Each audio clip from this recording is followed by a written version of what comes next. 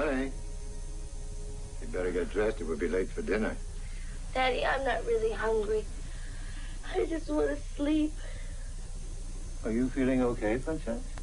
Fine. I'm just tired. Vicky and I, we played ping pong and shuffleboard and went swimming. I guess you have put in a pretty full day. Besides, Vicky wants to get an early start tomorrow. She has lots of really neat things planned. Okay, sweetheart. Oh, order some food if you want. And get some rest. Nighty-night, Daddy. Nighty-night. Don't let the bed bugs bite.